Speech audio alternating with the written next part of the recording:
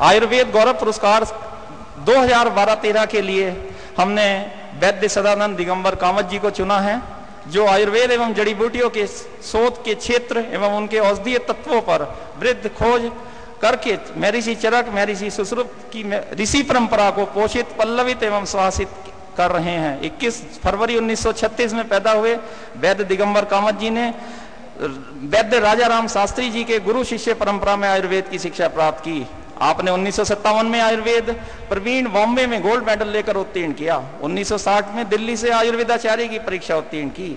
आपने शोधकर्ता के रूप में आयुर्वेद शोध संस्थान बॉम्बे में कार्य किया तथा आयुर्वेद विद्यापीठ दिल्ली द्वारा राष्ट्रीय पुरस्कार प्राप्त किया। आपने द्रव्य गुण विषय में गहन अध्ययन एवं अध्यापन किया। आपके द्वारा कई शोध पत्र लिखे गए, जिसमें धन्वंतरी निघंटु, सरस्वती निघंटु, प्रकाश निघंटु एवं सुश्रुत संहिता में वर्णित औषधीय पौधों एवं औषधीय दवाओं के ऊपर किया गया शोध विशेष स्मरणीय एवं प्रशंसनीय है।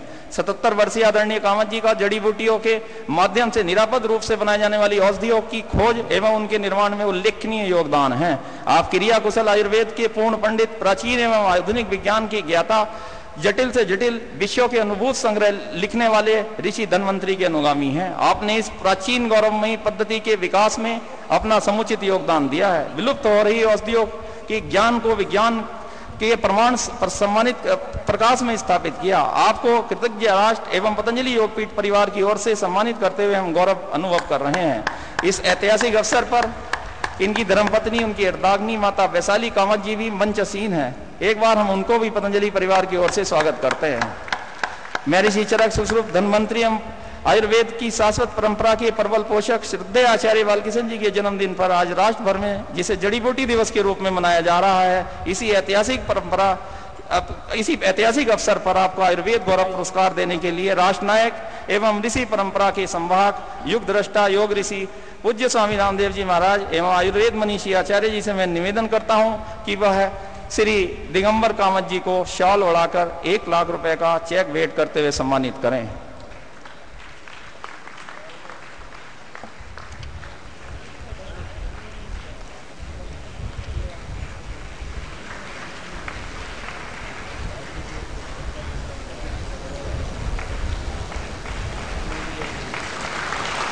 सम्मानित करते हुए वैद्य दिगंबर कामत जी को संस्था के अध्यक्ष स्वामी जी महाराज और महामंत्री आचार्य जी।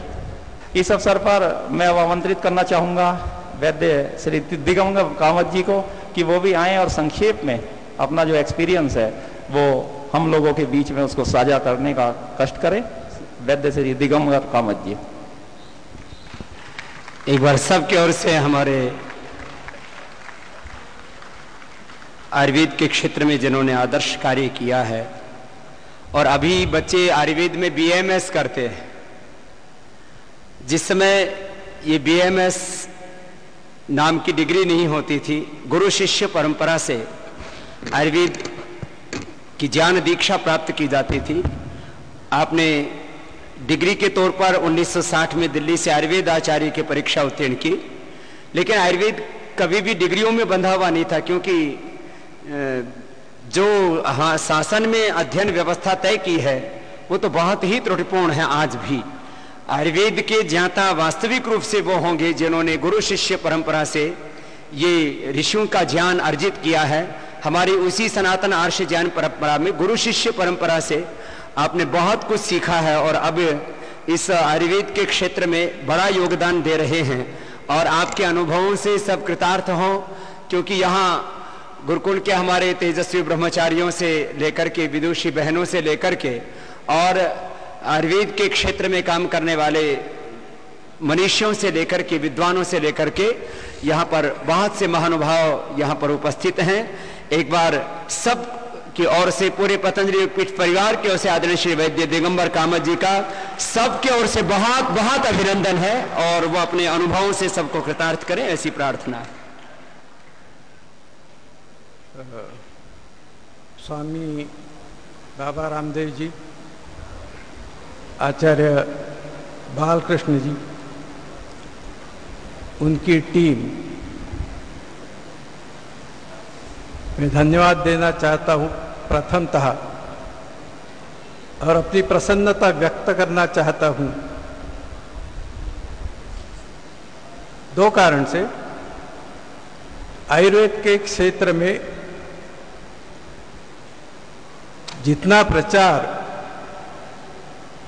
बाबा रामदेव जी और उनकी टीम ने जो किया है उससे मैं बहुत प्रसन्न हूँ। मुझे प्रत्यक्ष मिलने का दूसरा कारण ये है कि इन्हें प्रत्यक्ष मिलने का कभी सौभाग्य प्राप्त नहीं हुआ था, तो आज इस प्रसंग से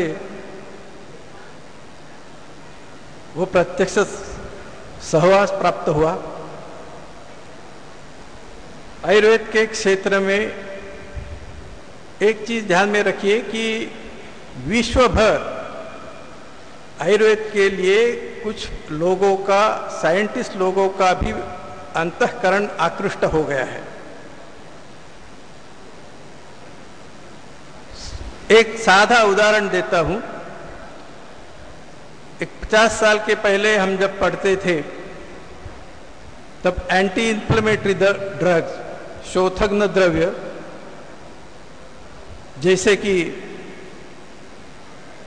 एमिडोपायरिन था, कोई भी पेशेंट आएगा तो थोड़ा भी कहां पर शोथ होगा तो एमिडोपायरिन चालू। बाद में ऐसा ध्यान में आ गया कि वो कार्सिनोजेनिक है, फिर फेनिलबुटाजोन आ गया, फिर फेनिलबुटाजोन भी मटेरिया मेडिका से औषधि फार्माकोपिया है उससे बहिष्कृत हो गया क्योंकि दुष्परिणाम होते हैं। फेनिलबुटाजोन के बाद ऑक्सीफेनबुटाजोन आ गया। अब ऑक्सीफेनबुटाजोन भी अमेरिका के फार्माकोपिया से बहिष्कृत है। ये स्थिति क्यों होती है? हमारे विचारों में कुछ परिवर्तन करना चाहिए आधुनिक वैज्ञानिकों को। देखिए, यस्य प्रयोगात् चवना वृद्धस्सन विकृतिंगतः जरा जर्जरितोप्यासीत नारी नयनन्नः। हजारों साल, 3000 4000 जितना इतिहास आपने देखा होगा, शायद चवन महर्षि का आपने इतिहास सुना होगा, कथा सुनी होगी। उन्होंने जो च्यवनप्राश उस समय तैयार किया था, आज भी उसके कोई साइड इफेक्ट्स है नहीं। आज भी च्यवनप्राश उतनी ही क्रियाशीलता से उपस्थित है, कोई भी कभी भी उसको बहिष्कृत करने का मौका नहीं आया। तो ये एक चीज है। प्रसन्नता का दूसरा एक कारण है कि हमारे जो प्राचीन ग्रंथ है, संहिता है, वनस्पतियों की खनी है, तो यहां पर आने का मौका मुझे मिल गया। इस प्रसंग से उसका दर्शन करने का मौका मिल गया, इसीलिए मैं बहुत प्रसन्न हूं। बाबा रामदेव जी, आपकी कृपा से ये दर्शन करने का, इतने लोगों का दर्शन करने का, आयुर्वेद के प्रति कितने लोग इच्छुक है वो देखने का मुझे इधर दर्शन हुआ। आयुर्वेद के लिए भगवान दास जी ने कोई चीजें बोली। हम जब भी इंटरनल मेडिसिन पढ़ते थे, हैरिसन का text book of internal medicine, उसमें आयुर्वेद का कोई भी नामो निशा है नहीं। वो जो पहला एडिशन था उसमें, आज 16वीं एडिशन चालू है, 17वीं एडिशन चालू है, उसमें आयुर्वेद एक अल्टरनेटिव सिस्टम ऑफ मेडिसिन करके उनको उसमें समाविष्ट हो गई। कॉम्प्लीमेंट्री मेडिसिन और अल्टरनेटिव सिस्टम ऑफ मेडिसिन में आयुर्वेद का समावेश हो गया। देखिए, आयुर्वेद तो सर्व विश्व के लिए है। हमारे पंडित शिव शर्मा जी का मैं यहाँ उल्लेख करना चाहता हूँ। उन्होंने जो प्रदेश में परिश्रम किए हैं, अमेरिका में परिश्रम के उस समय उनका स्मरण करना उचित होगा। महर्षि महेश योगी, उनका भी समावेश करना पड़ेगा, उनका भी उल्लेख करना पड़ेगा। आज वही काम बाबा जी आगे ले रहे हैं, उनकी टीम भी आगे ले रही है। मुझे बहुत प्रसन्नता है, लेकिन यही काम आगे तक बढ़ते चलना, इसलिए उनका एक आयुर्वेद विद्यालय भी है। वो विद्यार्थियों के प्रति मैं कुछ निरीक्षण करना चाहता हूं कि यहां पर जो आयुर्वेद की व्याख्या या internal medicine, text book of internal medicine की है, उसका भगवान दास जी ने कुछ संदर्भ किया।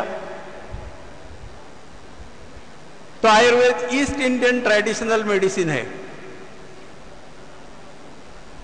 फिर उसमें एक्सरसाइज करने के लिए बोलते हैं, फिर उसमें कोई अतिसार कर द्रव्य देते हैं, कोई मसाज करते हैं। इस प्रकार की व्याख्या आयुर्वेद की नहीं है। आयुर्वेद की व्याख्या तो उन्होंने बताई कि हिताहितम सुखम दुखम आयुस्तस्य हिताहितम मानंच तच्च तुरक्तम आयुर्वेद सउच्यते। हमारे तरह शास्त्रों में व्याख्या ही अतिव्याप्ति, अव्याप्ति और असंभव, इन तीन दोषों से विरहित होनी चाहिए। ठीक है, अभी तक तो प्रवेश हो गया जागतिक स्तर पर। हमारे विद्यार्थियों का एक काम है कि आयुर्वेद को सही अर्थों में विश्व को परिचय करा दें। कोई इसके उपाय है, आपको परिश्रम करना पड़ेगा, लेकिन आप सब लोग तो बाबा जी के फॉलोअर है। परिश्रम करने की उनसे प्रार्थना करिए कि उन्हें, हमें, आप लोगों को शक्ति दे, विद्यार्थियों को शक्ति मिले और इसको मानव जाति के हित के लिए आयुर्वेद का प्रचार करते रहे। हमारा चिकित्सा का चरक का सिद्धांत प्रसिद्ध है कि कुर्वते ये तु वृत्त्यर्थम चिकित्सा पण्य विक्रयम ते हित्वा कांचनम राशिम पांशु राशिम उपासते। चिकित्सा ही कोई मार्केटिंग करने की वस्तु नहीं है। चिकित्सा जो पण्य क्रिया के लिए उसका आयुर्वेद का प्रयोग करते हैं, वो स्वर्ण राशि को दूर करते हैं और पांशु राशि, धूलि का राशि को नजदीक करते हैं। ये हमारे लोगों की भावना है। इस भावना से आप काम करते रहेंगे तो मुझे बहुत प्रसन्नता रहेगी। धन्यवाद।